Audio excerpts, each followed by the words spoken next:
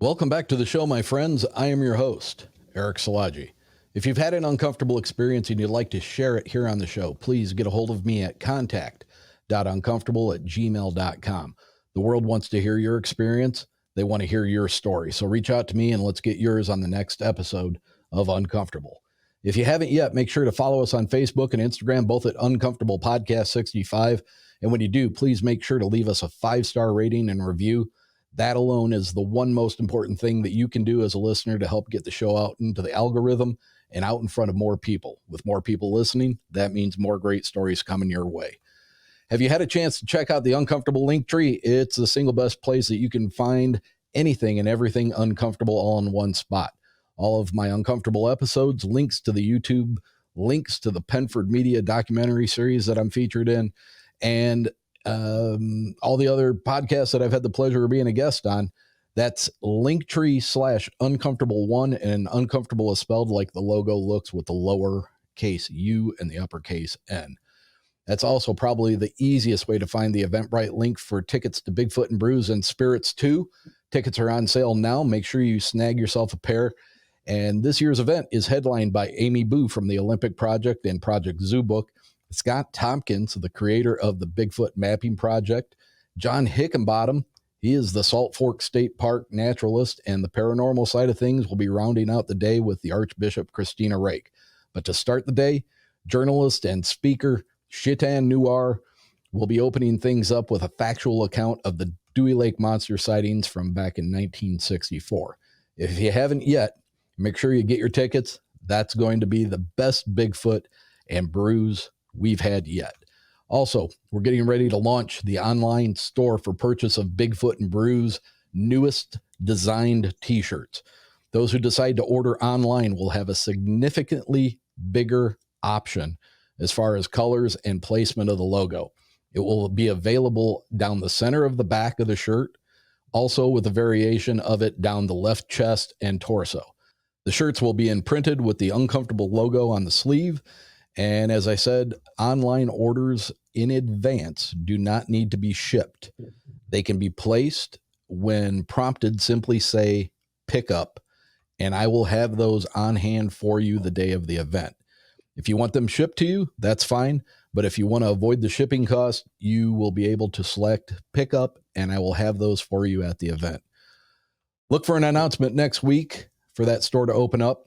If you choose to wait until the event, there's going to be much less as far as choices in color and sizes. So my suggestion is, if you want one, take advantage of the online store, and I will have it for you the day of the event. Completely new design, completely new logo.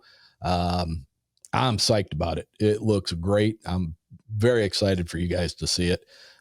Quite frankly, I think it looks badass. So, we'll get to that coming up here pretty quick. I'm probably going to release that. There may even be a link in the show notes for this episode, depending on when it airs. Don't forget to check out the combo ticket for the September 14th day of event and the VIP dinner the night before. The combo ticket is a discounted price from the regular tickets and still includes your dinner and a drink. These tickets are going fast. So if you have any interest in spending a couple of hours with all of the speakers and myself, there are limited tickets for the VIP available. Make sure you go check out our sponsor at eufyofficial.com/video lock to see what all the fuss is about there. You'll hear the ad for that later on in the show. Links to our Patreon, YouTube, and Bigfoot and Brews and Spirits 2, and all things uncomfortable would be found on the link tree. That is in the listed notes for you of this show. As far as Bigfoot and Brews is concerned, we are looking to fill out our makers market that will be running in conjunction with the event. So if you're interested in a vendor opportunity, please make sure you get a hold of us at contact.uncomfortable@gmail.com.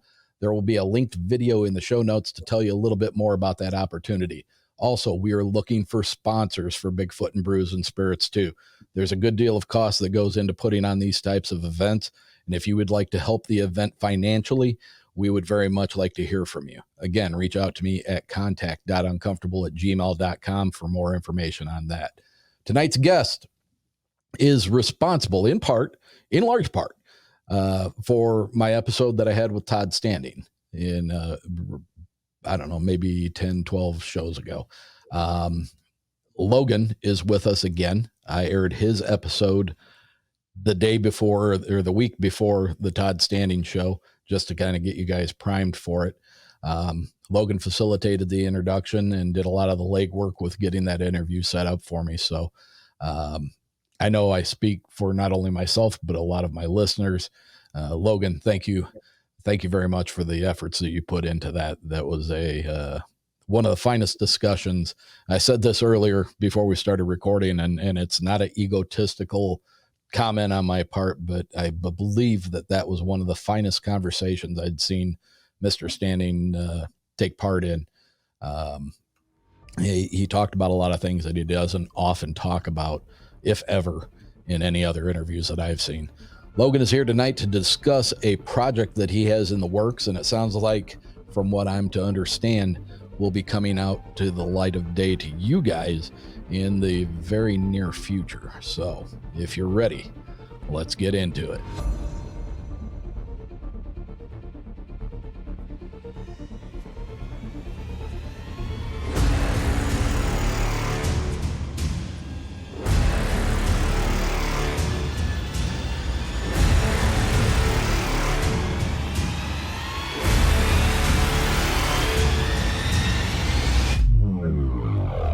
If you will, please welcome once again, Mr. Logan Chesow. Logan, welcome back to uNcomfortable.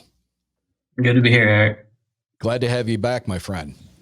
It's been some time since we've talked on air. We've had a litany of email exchanges over the past 6, 8, 9 months with you and your efforts of getting Mr. Standing to get with me and do that episode. And again, I have to say thank you very much, because that was I don't have many names on a list, a bucket list, but he was a great interview. I enjoyed speaking with him.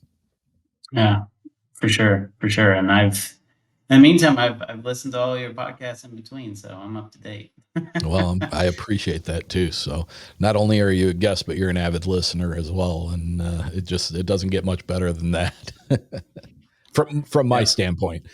Yeah, you do great work. I really like the way you do your work. It's really good. So I love to listen to it when I go on my walks, and you got a great voice for it. So Well, I content's appreciate that. great, voice is great, shows are great. I appreciate that. That's very humbling. I never get tired of hearing it. It's not an ego thing, like I said before. It's at least it lets me know that what I'm doing is getting to the right ears, and I'm going in a direction that a lot of people approve of. So I do appreciate hearing those things. Logan, we spent a little time before we started recording here, and you've got a pretty interesting project coming up here that a lot of the listeners may end up being pretty interested in. Yep. So yeah, I'll just try to get into a little bit, kind of where it started and where it is right now, and what I'm fixing to release hopefully in the next few weeks here. So, I'd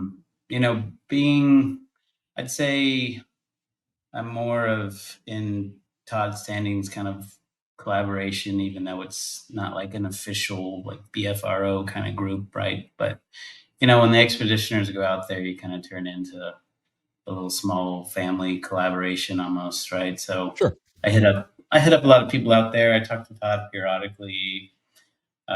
So yeah, it's a good group, and whether you love Todd or hate him, I've had my own experiences out in his radium area, and based off what I can see and what I know, like I can't find any illegitimate activity out there from my perspective. So Yeah, everyone has their own opinion of Todd, but my opinion is he's a straight shooter.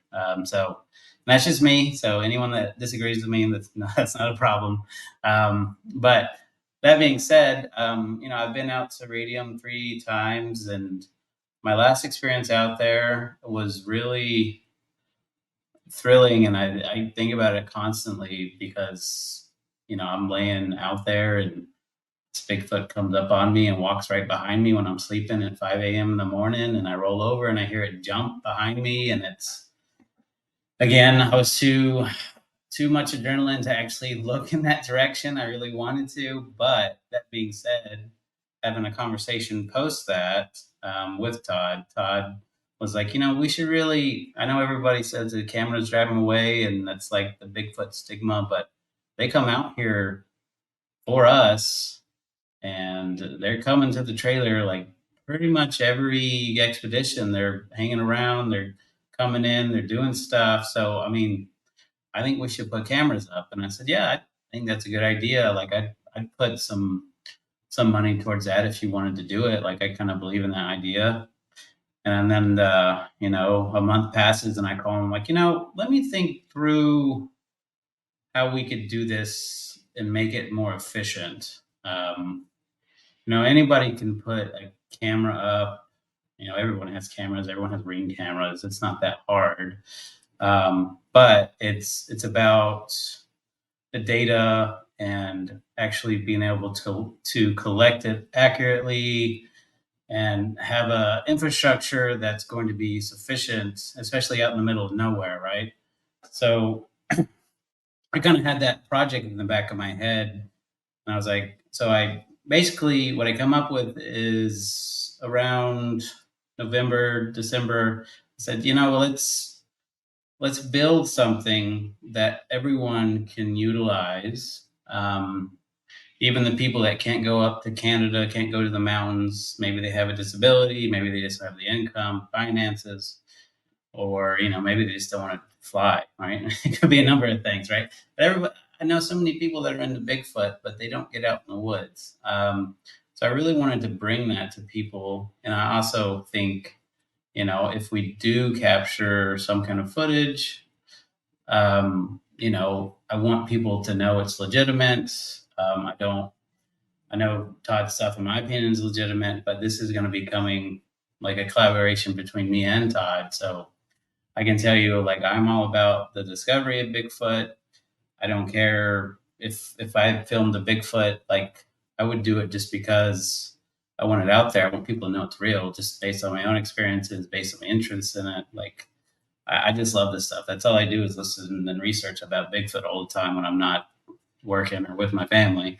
So I decided to really dive into this and figure out how we can implement this solution, make it effective, and be able to actually capture a Bigfoot. Because I listen to a ton of people. Like I said, I listen to a lot of people talk Bigfoot, and they either, they're wearing a body camera that lasts 20 minutes. It's just not really sufficient. So what I basically conformed out all of this is I did tons of research on how we can do this, and I come up with, okay, I'm going to build the infrastructure. I'm going to, work with Todd and get the power out there in this remote area, like what it takes to run this equipment.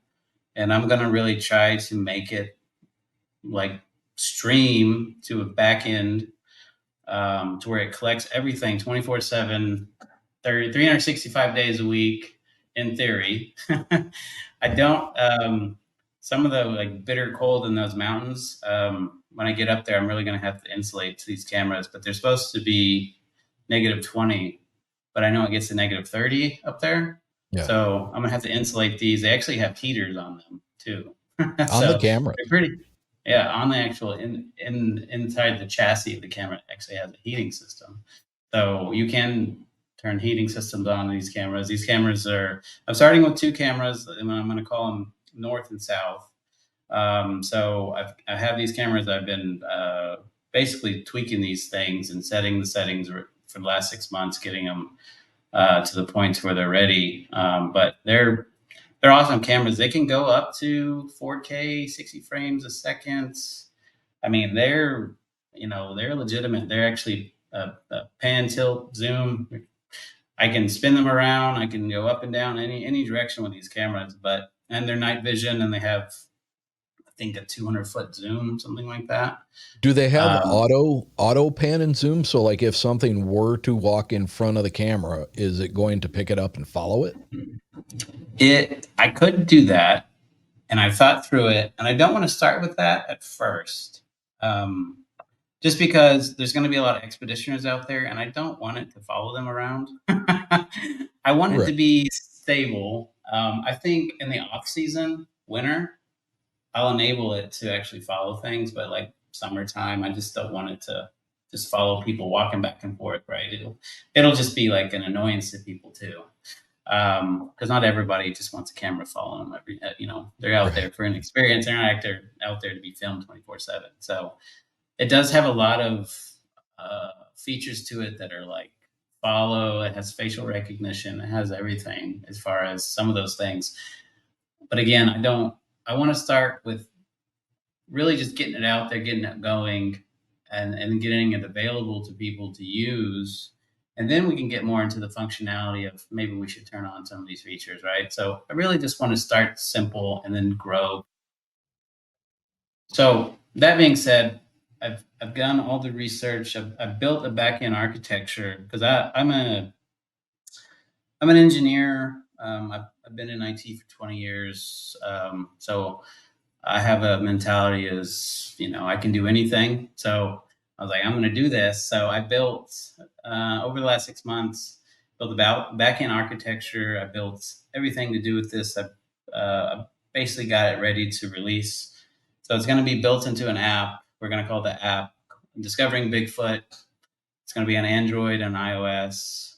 So basically, you can log into the app. It's going to have some stuff about like the Discovering Bigfoot collaboration and like kind of what they do out there and stuff like that. Just like normal stuff. There'll be like news and like stuff about the expeditions and like just stuff people want to read. Um, I know Todd has his big discoveringbigfoot.org website, but I mean it's a little old. I don't know um, who takes care of that really. I'm just trying to do something more modern, and I know everyone would rather open an app than go to a web page these days. So we're Right. trying to make it available to everybody. But basically, what it is it's going to be able to stream a live stream. I guess, and I've never actually. I probably should have, but I've never actually dug into some of these other apps. I'm really super hyper focused on what I'm doing. I know there's like Eagle cams and stuff like that, and I'm pretty sure they're pretty simplistic. I know there's probably some kind of paywall for those Eagle cams and stuff like that.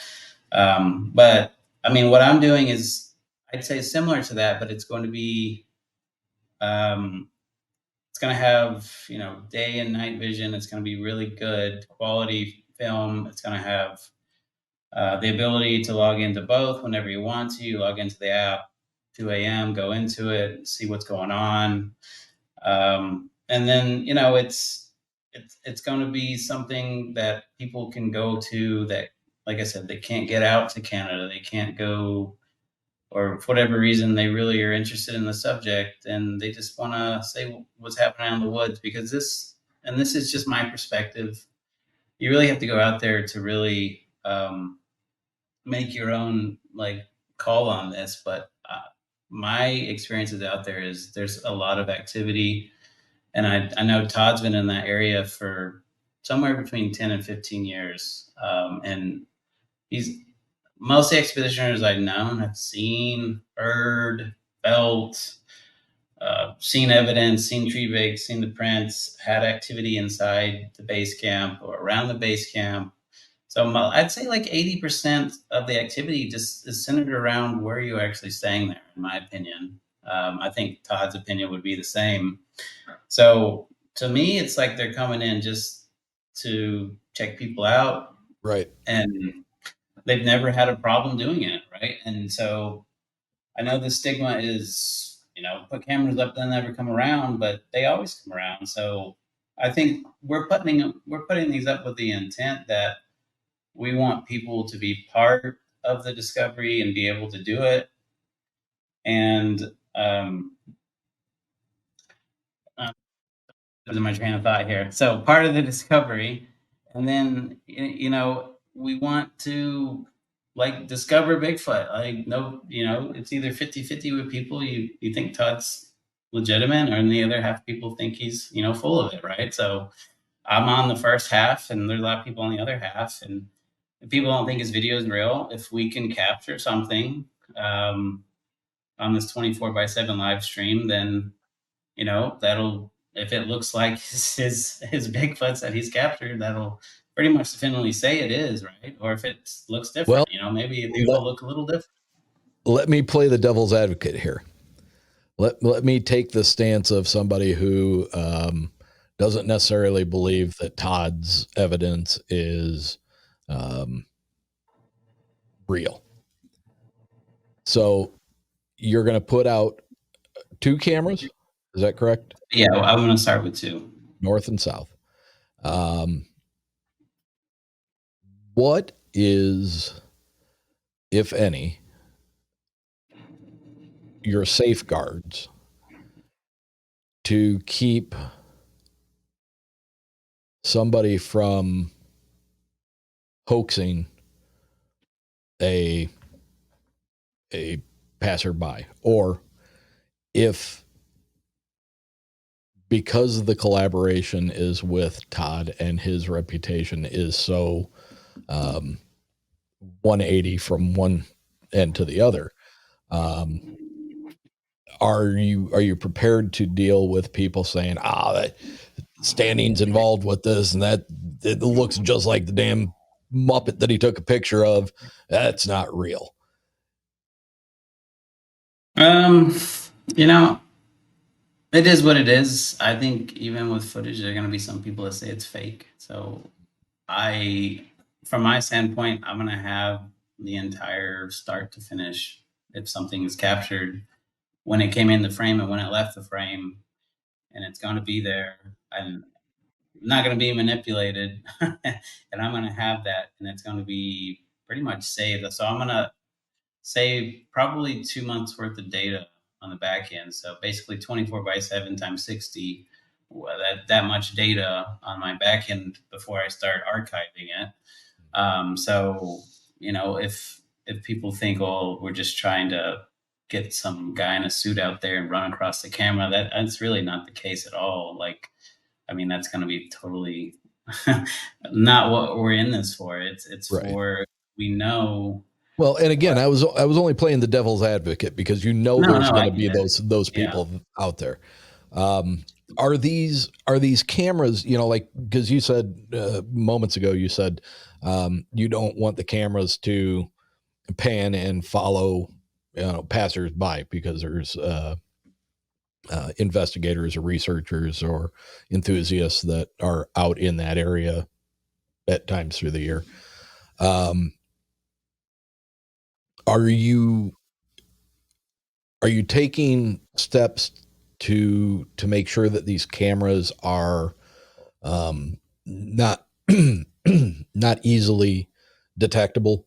Are they going to be hidden or just camouflaged in a way that 99% of the people that would walk by there aren't going to notice them anyway?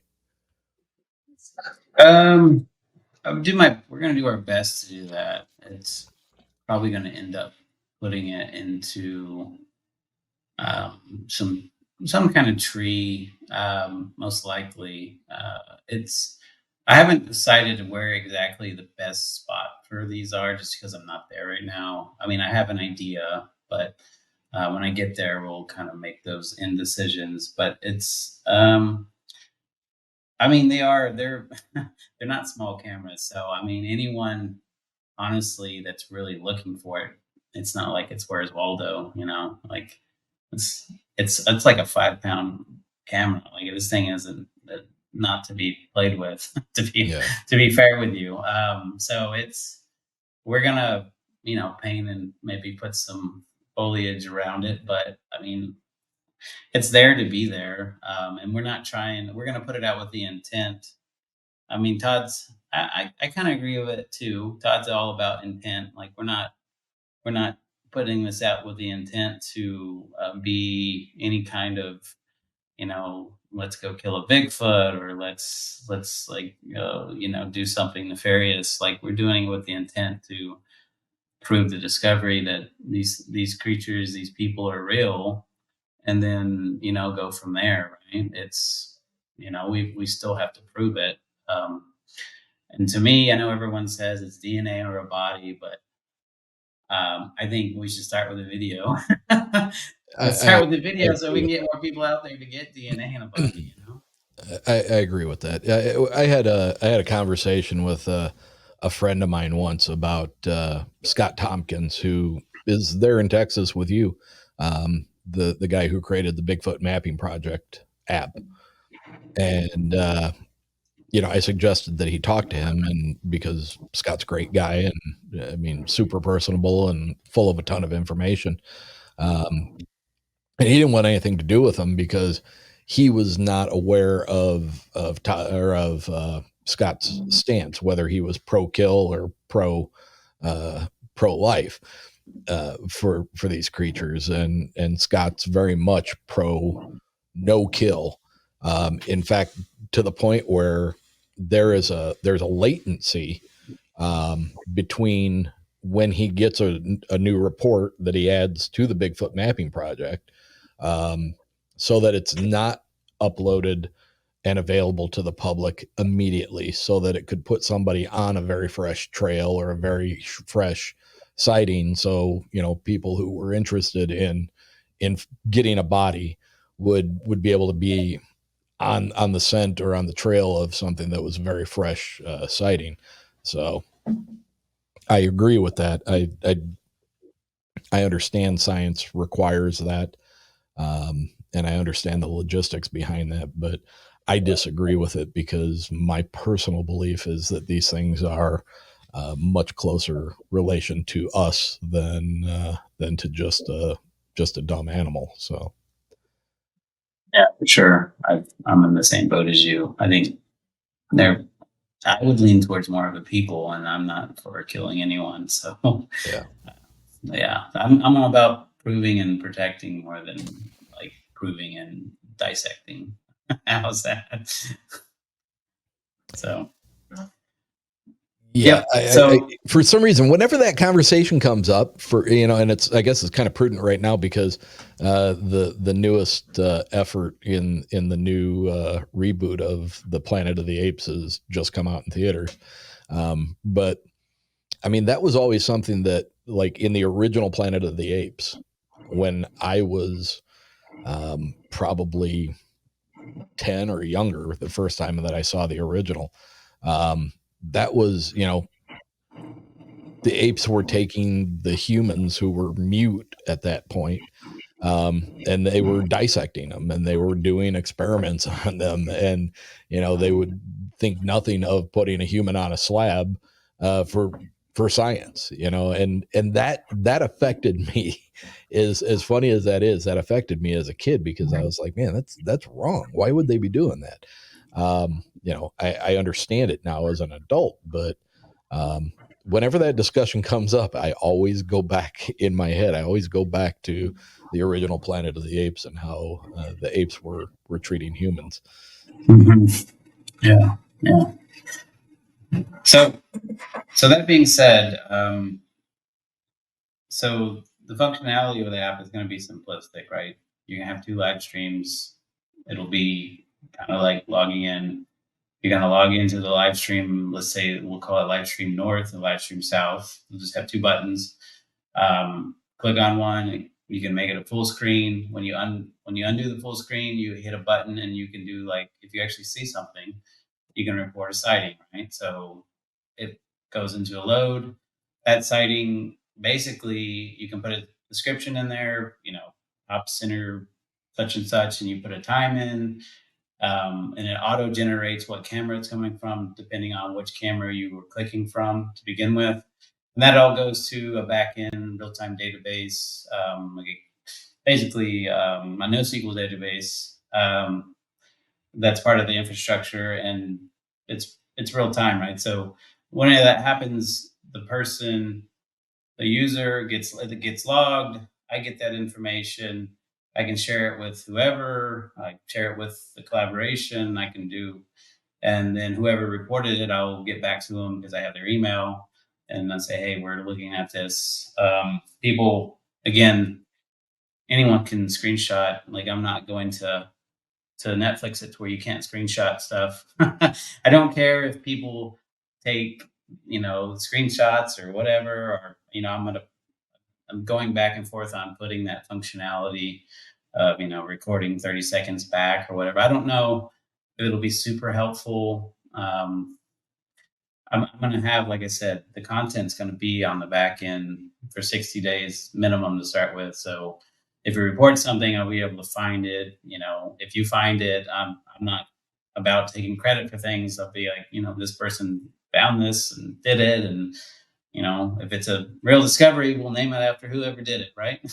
I want people to be part of it. Like I want people to actually like join in and try to help discover these people. Well, I think it's a great idea because the more eyes you have on something, right, the more perspectives you have, the more what someone may not notice something, somebody else may notice something.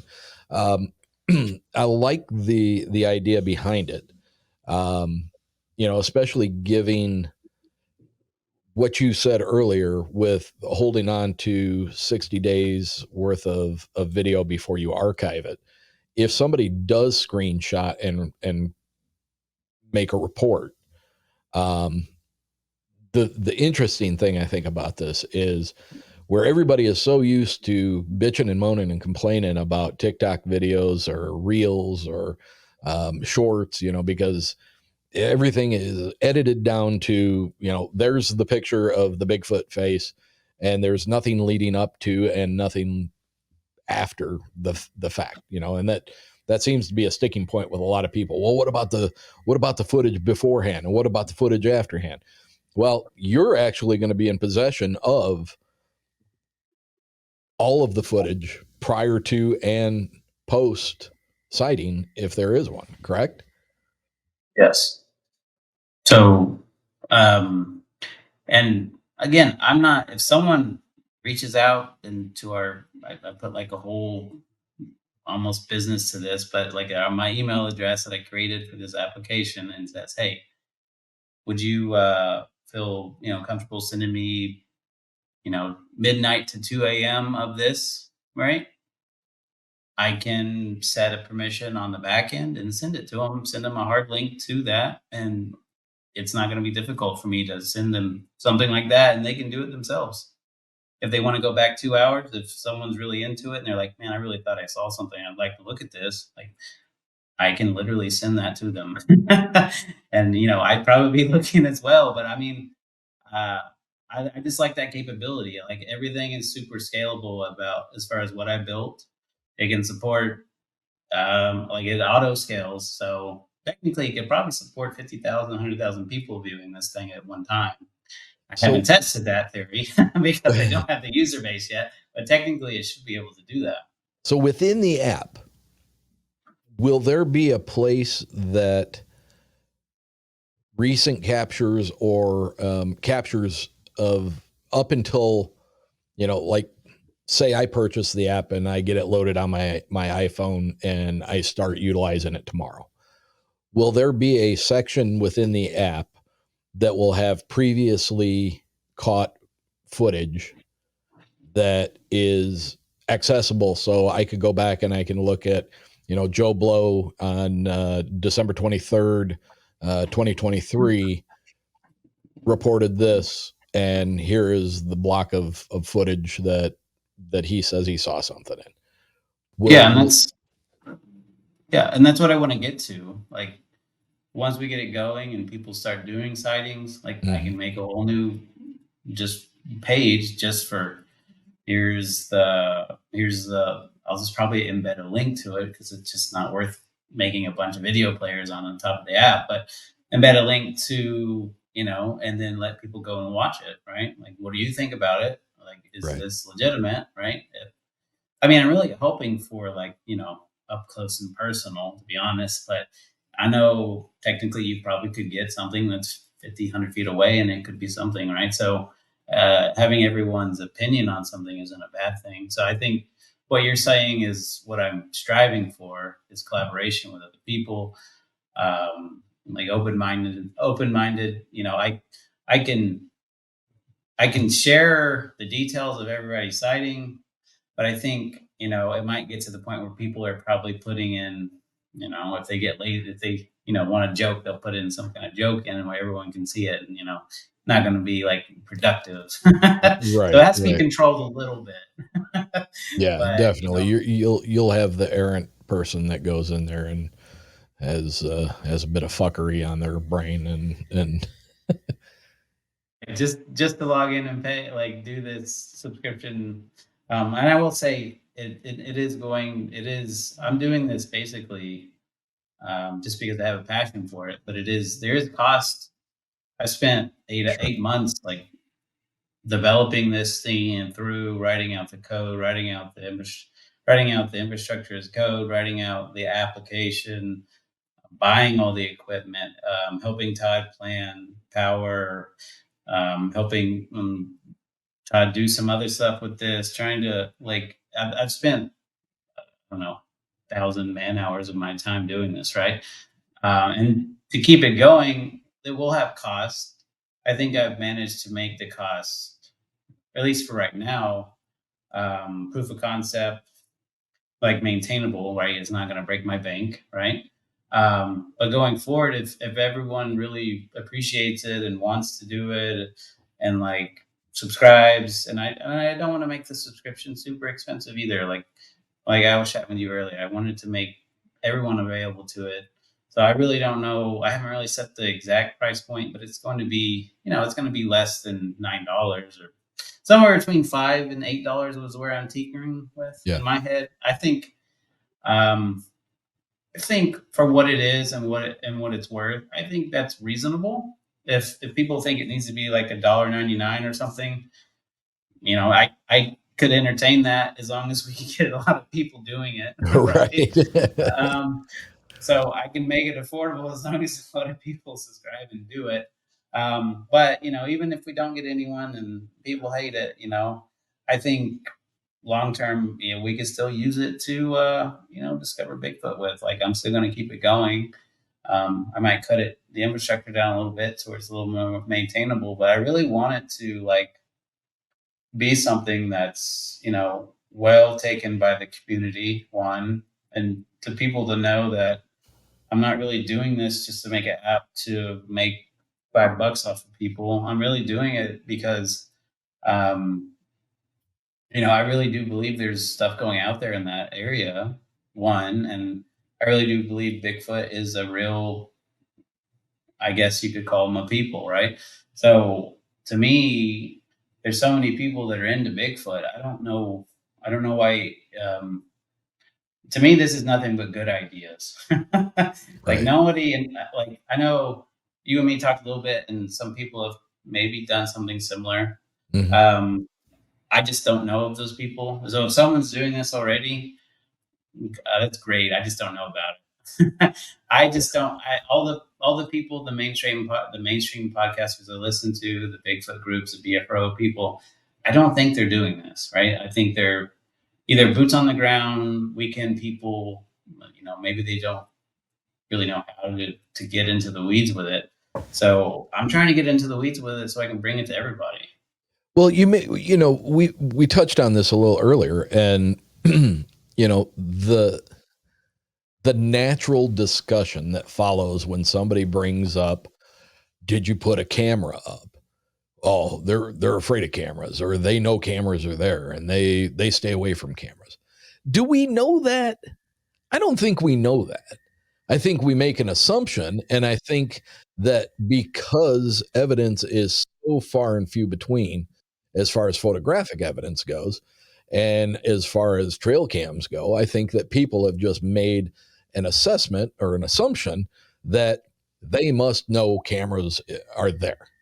Um, so the fact that you're deciding to put cameras up at now here's the difference that I don't know if, hopefully the listeners are paying attention to what you're saying, because you could take a camera and you could take it out into the middle of this wilderness and you could just pick a tree and put it up. And you may never see anything other than a bear or a bird fly by, or, but you're putting it up in a place that most people would say don't make sense.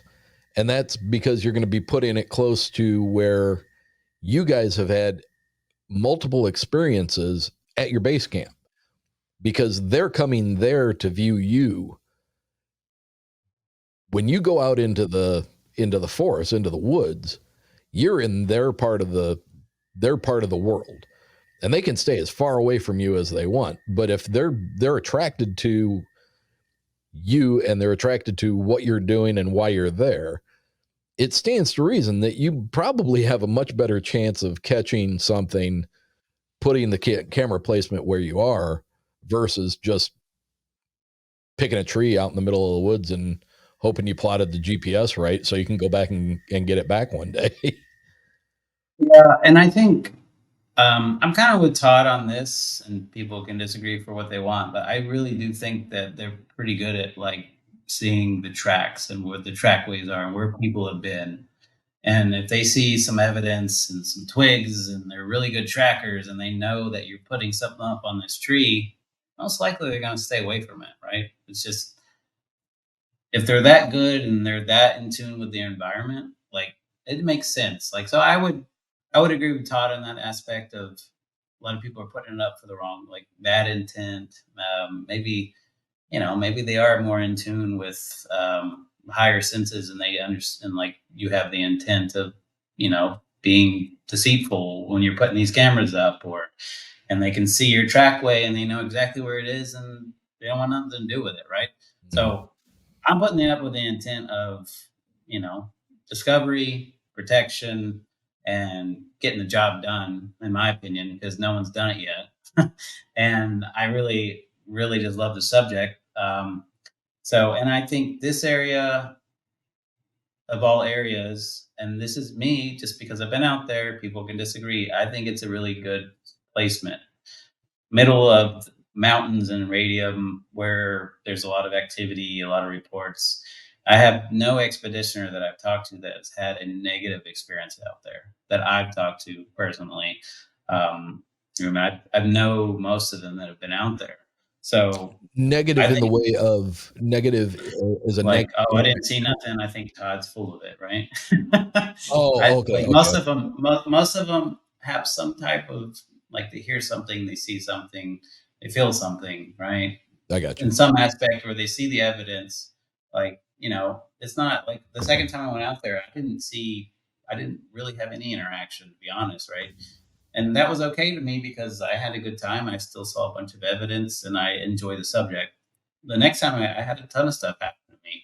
So, I think it's a good idea. I don't, um, you know, I think there's a lot of organizations of people doing stuff. And I think the chance of just plowing through the woods with a group of 10 people spread out in a pattern, I don't know if that's going to get anything, right? I think if you're coming out with the intent of them coming out to interact with you and you're putting cameras up to show the world that they're real, maybe you'll get a better response. And heck, if we don't, at least we said, hey, we at least tried to put the cameras up. Everyone bitches about it. We at Yeah, least tried. No one else is trying. Like, let's do something different. They want to move the ball up the field. That's what I'm trying to do. Right. yeah. So I don't know. I think, and this is, I'm biased, of course, because I'm trying to get this thing going. But I really think it's a good idea. Like, if anything, I think it'll revolutionize things. We could actually build a framework off of this that other people could use, right? Like, if it gets something, I'm not for not sharing how to do it. Like I Yeah. said, I want the discovery. If someone wants to know how I did it, I will tell them how I did it. right? If they make a competing app that's better than mine, whatever, I don't care. At least Or I was this the first could person that did it. or this could blossom into a collaborative effort where your app is almost franchised, and that you have, and the reason I say this, and forgive me if it sounded silly, but um, you could have the Canadian, the BC area, and then you could have, someone in the Pacific Northwest who is decided to do it in a specific region of Oregon, or they're and they could all end up tying together. Hmm. Yeah, and that's what I thought too. Like, let's let's start small. Let's just do two. Let's grow this thing. We can put more out there. We can get more infrastructure. We can get more power. We're using Starlink because that's really the only thing that's that you can do out there. I don't know if maybe there's some military grade stuff that's better, right? Um, I just don't know of anything that's commercialized as far as internet in the middle of the woods that's better than Starlink. So if someone knows listening to this that could tell me, that'd be super.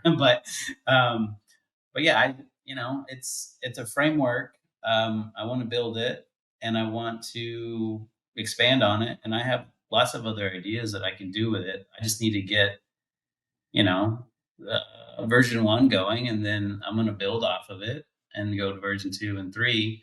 Because I mean, I have other ideas. Um, like we could even do when no one's there, we can play, like the Sierra Sound once a day or something and see if something happens, right? Yeah, Like yeah, you can remotely try to interact when you're not there. That might be pushing it. I don't know, but I think it's a decent idea. We could remotely fly drones. The military does it. That could be a live feed twice a day of a drone flying up, right, scouting yeah, the area, patrol, come down, and that could be part of the app itself, right? You want to watch the drone's going to go up at 9 o'clock at night and fly for 10, 15 minutes. And if you want to watch it and see if you can see anything, eventually it's going to be 5 years from now, thermal and everything else is going to be a lot cheaper. It's going to be more consumable. We can do that, right? yeah, yeah. A I know drone, Todd. especially if you have thermal on there, and you take it up at night or in the evening, dusk, and get a heat signature, that would be awesome. Yeah, and Todd has a pretty high end drone that he bought. I know it cost him over 10K to get it. And he really was optimistic about that being a really pivotal technology to help him with the discovery. The problem with it is everything has heat, all right, and it can only do it a certain type of the day where it's not camouflage. And he did get a lot of good footage as far as wildlife, but every time he's tried, it's very hard to see through that foliage, like the trees. You can tell the heat signature. Like his drone is really, I mean, it's an awesome drone. Like you can tell an animal, but the problem is even though this thing is worth over 10,000 and it's like the newest technology that's pretty much commercialized, that's affordable to people, it's still freaking loud.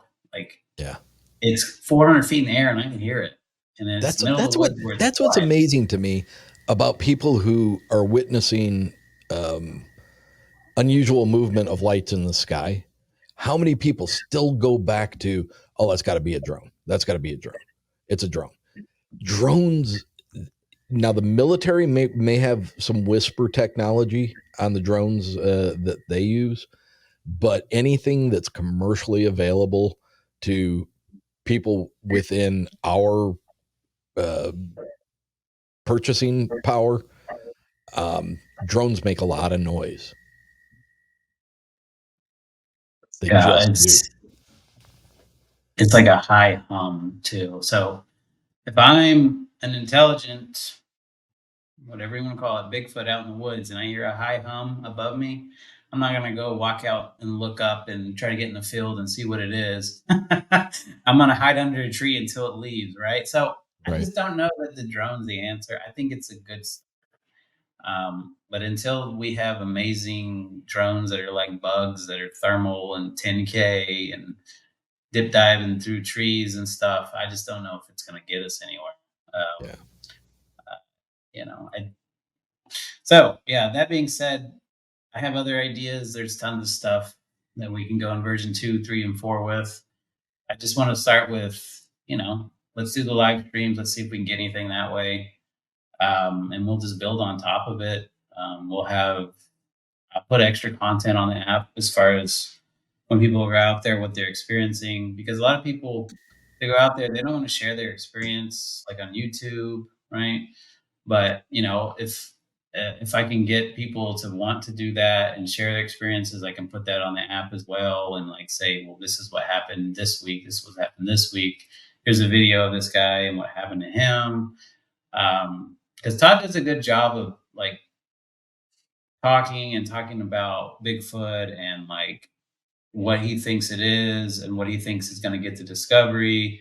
And he's getting very much spiritual, like I think I said last time. So Yeah. he does a good job of that. But nothing against Todd, but he's not a super organized person.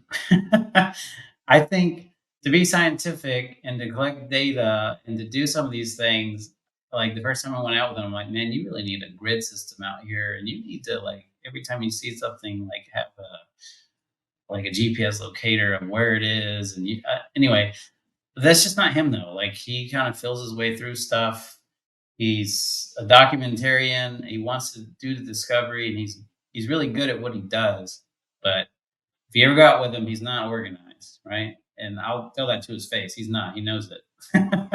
And a guy went out with him that I don't remember if I told you this, but he's like a guy that does like a CGI kind of a guy.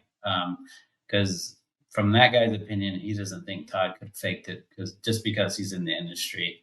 And he went out with him, and he's watching Todd like try to fix something on his truck for a couple hours, like broken tire or something. And he's watching him. He's throwing tools all over the ground. He's like screaming on the inside because he literally left tools on the ground. He forgot about them. He's like, "Oh my god, you were so disorganized. Like, how can people think that you could make a huge $1 million Muppet mask?" He's like, "That is not how people work in this industry. You have to be like super, Meticulous. super meticulous." So I just think it's funny. But yeah, I think if we can get it going and keep build, I'm gonna try to build on top of it, and I'm gonna ask people for help. I'm gonna try to grow it. I'm open to opinions. If people think of a good idea, we can put it into it. I want to start with that, and I just want people to know that it's gonna be out there. I'm planning on hopefully going out there at the very end of May this month and putting up the equipment and setting up the connecting it all to the power, getting it all going on the grid out there. The back end and the app and everything is going to be ready. So once I get it going and it boom talks to the satellite, it'll start sending the feed. So I'm going to try to release the app. I might release it a little early where it's not showing the video yet, just to get it out there, and then have like a disclaimer on there that says it'll be up like X day, or like I said, it's variable. I'm trying to go out there end of May, but I also would just want to get it out there, and so people can just know it's there and go check it out. So Right. yeah, so it's going to be called.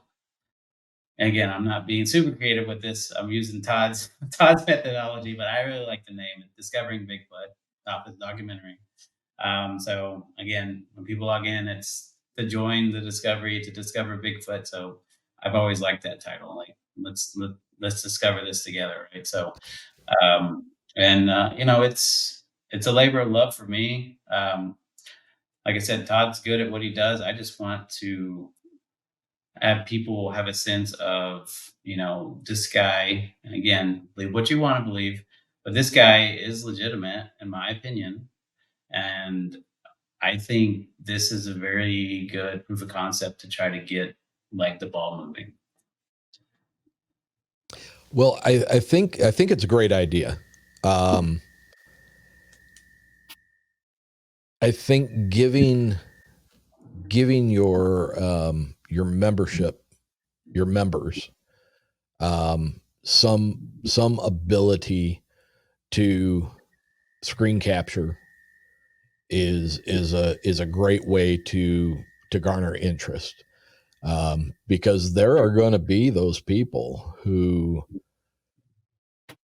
are going to spend hours in front of those cameras. Yeah. You know, And there's a lot of, just for that chance. And you know, if you make it where people's captures can be viewed by other people coming into the community, and I think that's I think it's a great idea. You touched on it, I think before we started recording. You know, this could be, um, this could garner this generation's Patterson Gimlin film. yeah, that would be awesome. Like, I don't, I think it could. I'd be great if it did. I'm not saying it's going to, but that would be awesome. Yeah, I think it's a great idea. I mean, you know, you said Todd has put forth a decent effort as far as securing the solar power to run the system. You're using Starlink, which has proven to be a relatively cost effective and very good. Um, I'd say it's pretty reliable. Like, as far as, there shouldn't be a lot of blips in the system. And the good thing about Starlink is I can buy as many as I need, right? I don't need just one system out there. I can buy four. Like, if people really want to utilize this thing, I can expand as much as I want to. Um, the the the cap is if people really want like super HD 4K high quality video at 60 frames a second, that's when it starts getting expensive because I have to push a lot of upload megabytes per second to do that. So I these cameras have really high functionality, but I'm having to, again, bring it down a little bit just because this is the start. If I start really high, it's going to cost twice as much, right? So I'm doing like 1080p, like standard definition. It's really good quality, but I could actually up the quality just by hitting a button to 4K. You get way better quality. But the problem is I'm going to be uploading like 5 terabytes a month doing that, right? So Starlink has a cap. Um, I think you can get, I know they have a one, two, three, four type of package, but I'll have to buy more and more Starlinks to actually utilize like a lot of that really super crystal clear functionality. So I'm all for turning it on. I just I want to start more of the infrastructure to be not to drain me and me just quit. I want it to work, right, right? right. So, if we can get a lot of people that want to subscribe and do this, I'll, I'll put on there. I'm like, if we can get to this number, I'll turn it up to 4K, right? And then boom, it looks even better, right? And Yeah. then we'll add more cameras and more Starlinks and more power. I mean, it's not cheap. To be honest, it's not cheap to buy this stuff. I've put a lot of, like I said, a lot of money and time into it. It's not cheap to buy solar. So it is what it is. I'm eating it, so I want I want it to be productive. I think it's going to be I think it'll be a popular thing. I mean, you know, keeping the price to, you know, about what it costs to buy a hamburger once a month. Yeah, I think, you know, if you crunch the numbers and with X number of people subscribing to it, that can sustain the system, where it's not a draw on you monthly. You know, it is, because I think you need to start looking, you know, the likelihood of who can actually get out into the woods. I can get out into the woods here in Michigan or in Indiana, but I can't get up into the woods in British Columbia. That is out of my financial reach.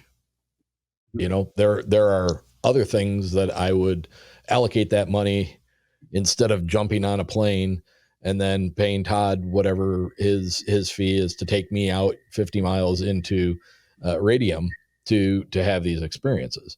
So even though this doesn't really take the place of having a personal experience, it still puts you in the same place and gives you the opportunity to possibly catch some evidence along the way.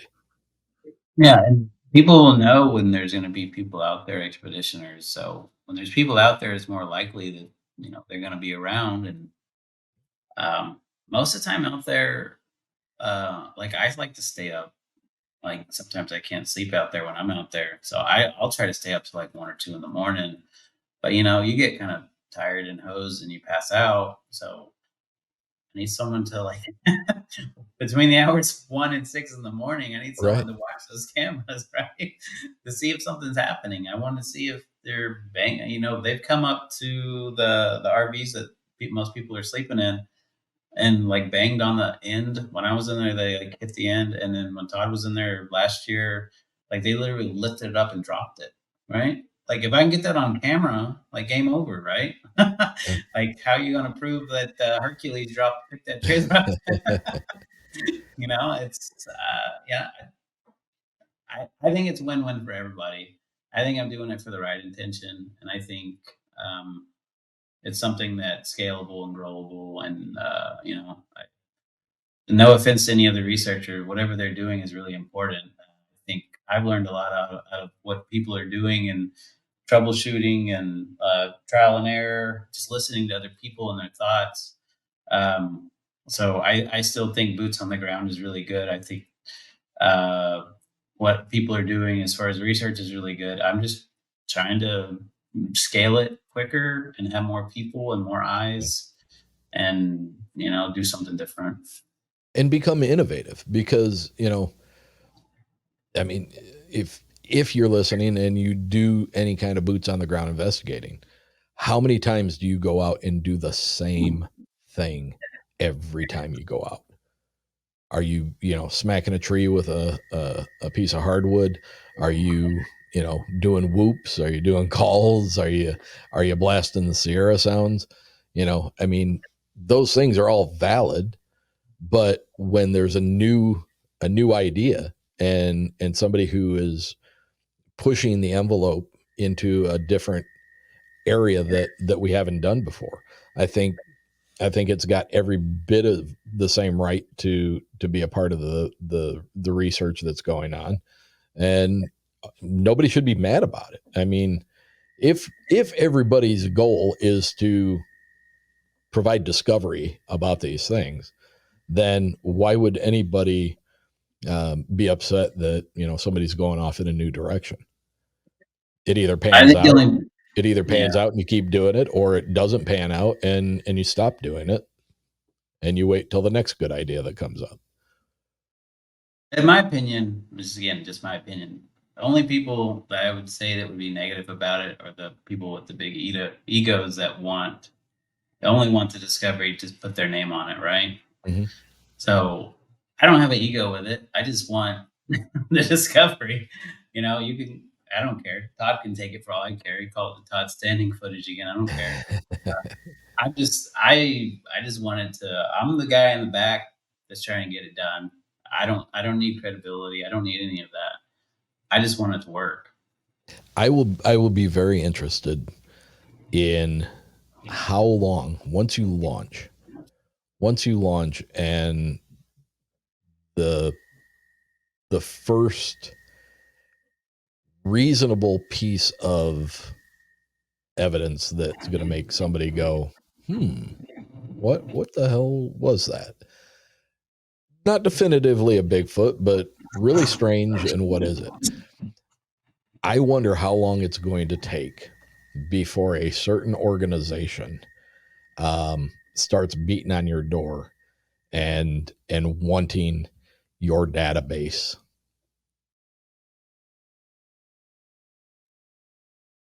Because I think that'll happen. Yeah, I mean, I'm a data guy. I've worked with databases, so I'm not going to deny anybody access to data. So, I mean, if somebody wants it, I'll give it to them. Nothing's proprietary as far as any of this discovery stuff goes. But I mean, I can't say I like um, some of the BFRO stuff. I don't really care for some of the methodology, and I don't, I'm you shocked know, that some you of, thought that that's who I was talking about. and I don't want to talk bad about people, but they're just not. It's not for me. But there's a lot of good. Like with anything, there's good people in an organization, and there's bad. So it is what it is. If I just hope it's something people enjoy, and I'm like I said, I'm open to feedback. My email is going to be right dead center in the app when you log in, so it'll be contact at bigfootlivestream.org.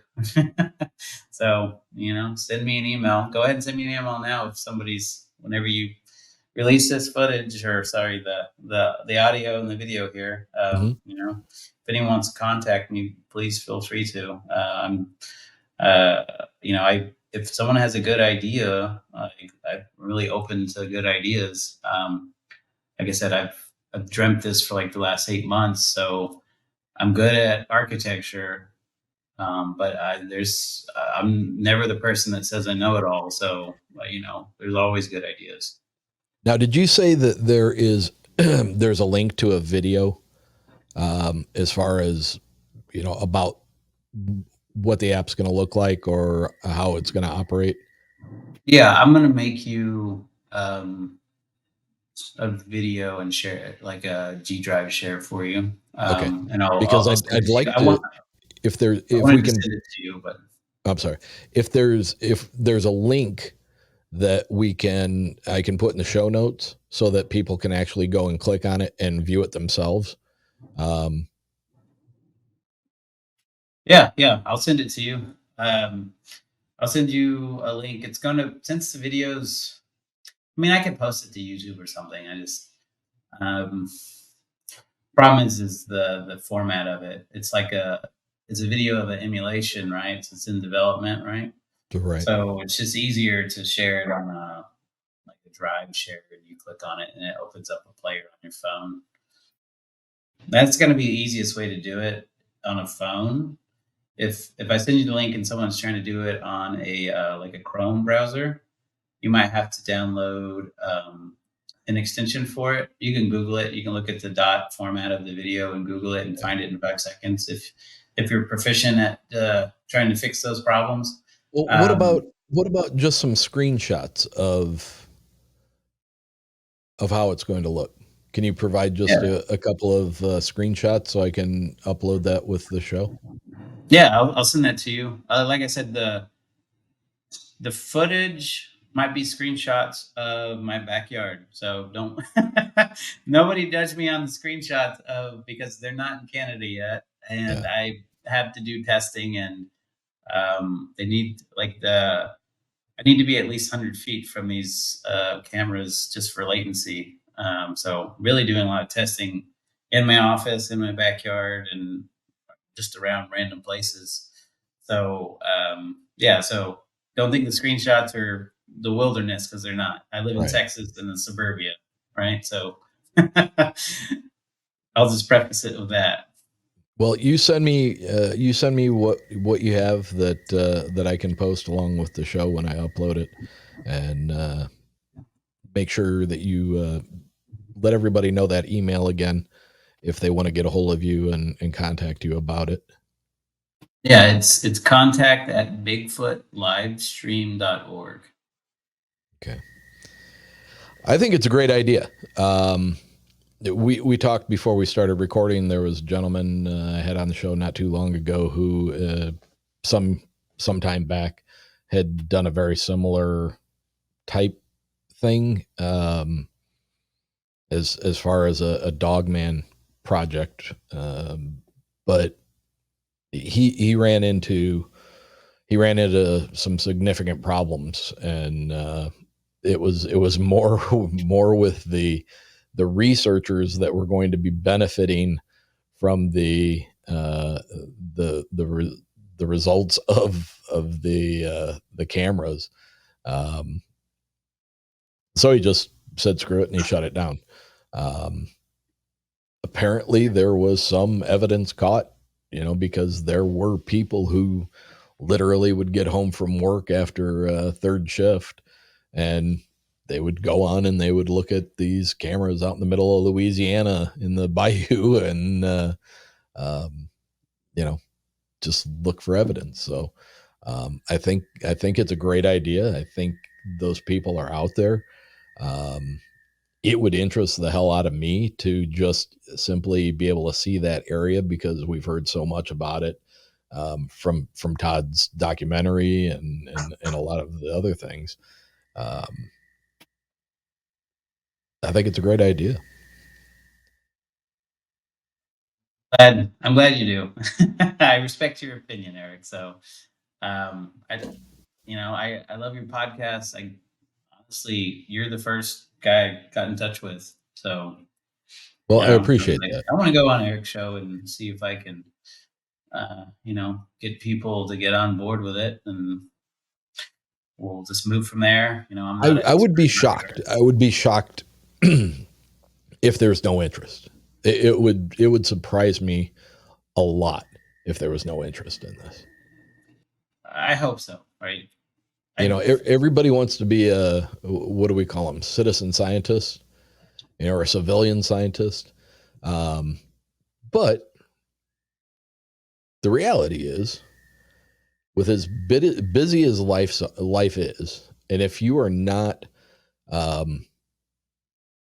if you are not located near an area that you could easily get off into the woods and go do your own boots on the ground investigating, what better way than to be able to hop on a high quality camera in the middle of a known hotspot and spend some time watching.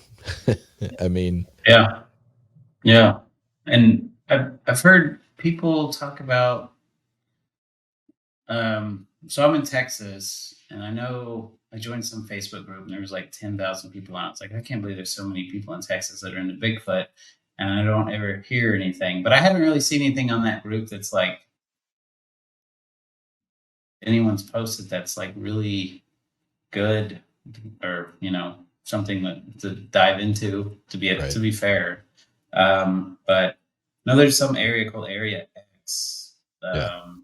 that people are working in. So honestly, I'd love to build contacts with some of these people because I don't know who they are. I can try to, honestly, I can try to go set this up for them. I mean, like I said, there is cost to it, but I already have the framework. So the time and energy is already spent. So they just have to put a little cost up, and I could help them do it, you Yeah. know? I do have somebody that I can hook you up with. They're the Big Thicket Mm-hmm. is their area of research on a regular basis. I don't know where you are in location to that, I think I but talked to those guys. What's his name again? Todd Parsons, Yeah, and Josh. I reached out to him. I just haven't been able to connect with him. I know he's like the forest around Houston area. Mhm. I think, which is probably 4 or 5 hours for me. I was gonna try to go meet up with them, and then, um, my son just had a few medical issues that we're working through, so I wasn't able to do it. But yeah, I mean, collaboration and people reaching out to me, legitimate people, not just people that Yeah. are just screwing around. But I'd love to talk to people in the area. In Texas, I think most people own most of the land. I don't. Texas is so big, I don't know it all, but at least where I'm at, I am. I'd probably have to get permission for someone to come on the property and do anything. I know there's some general areas around here that I've heard people talk about where they've had experiences, but I just don't want to go up to a random person and say, "Hey, can I come on your property?" it's Yeah. it's just not a very Texan thing to do because we kind of shoot first and ask questions later. And I would almost suggest, or not almost, I would suggest if you were interested, having me put you in touch with Scott Tompkins, the guy who runs the Bigfoot Mapping Project. It sounds Yeah, awesome. to me, it sounds like you guys would have some common ground because I know in his app, he's utilizing some kind of cameras that are placed. I don't I don't want to misspeak, but they're Yeah. No, I get it. access to cameras that are currently out there. So, that might be something that you could entertain adding to your system, but Yeah. I'll get his information to you and let him know that he should talk to you. Yeah, I've heard him. I think I've heard you talk to him. Like I thought what he was doing was pretty cool. So Yeah, yeah, that'd be yeah. awesome. Really, really excited to have him. He's going to be one of the speakers at Bigfoot and Brews this year. This will be his first appearance as a speaker, as a presenter at a conference, and I'm really excited for him because he's a great guy, and I think he's gonna come. I think he's gonna bring a lot of stuff with him. So that'll be a great addition to the show this year. Yep. Yep. I think that guy's pretty solid. I like that guy. Yeah, that's pretty much all I have. I'm gonna go. Like I said, I'll be up there hopefully within the next 2 weeks, getting this set up. I'm not sure when you're gonna release this, but I mean, it doesn't matter to me. But I'm full fledged forward gonna release it. So the only other time I'm going back up there, middle of September for like a week, just to do my own thing and not be about like stressed out about getting things going and just enjoying myself, right? Right. But other than that, I don't really have any expeditions or anything planned. But I'd love for people to me and give me some ideas on things, especially if they're more local. Right. Texas, that's more commutable, but. Well, Logan, as usual, it's been a pleasure talking to you. I've enjoyed each of our interactions, whether it be through email or through our interviews. I really hope that this takes off for you. I think that it will. It makes sense that people would have interest in this. So we're going to do everything we can do to get it out in front of people for you and generate that interest. So I'll probably hopscotch you over a couple of other episodes that I already had in the can, just to get this out, because your desire to release this here in the next 2 or 3 weeks. I'll accommodate that and try to get this out, so people are hearing about it quicker than later. Yeah, that'd be awesome. I appreciate it. Also, my sister loves your show, so I have to say her name is Christina. So, hey, Chrissy. Hey, Christy. She loves listening. She loves listening to your podcast. I'm thrilled to hear that, man. I'm glad that you're with us and part of the community. Thank you so much. Yeah, I was gonna do it the first time. She's like, "You said your sister. You didn't even say my name." So, name Chrissy. There you go. All right, Chrissy. It's official now, Chrissy. Yep. All right, my friend. It's been great talking to you. Fantastic idea. I think it's going to take off for you. And like I said, we're going to do everything we can do to get out in front of people. And I'll hook you up with a couple of guys that maybe can help facilitate that as well. Yeah. Well, yeah, it was great talking to you, Eric. I appreciate it. Always a pleasure. Always a pleasure, sir. All right. Good night.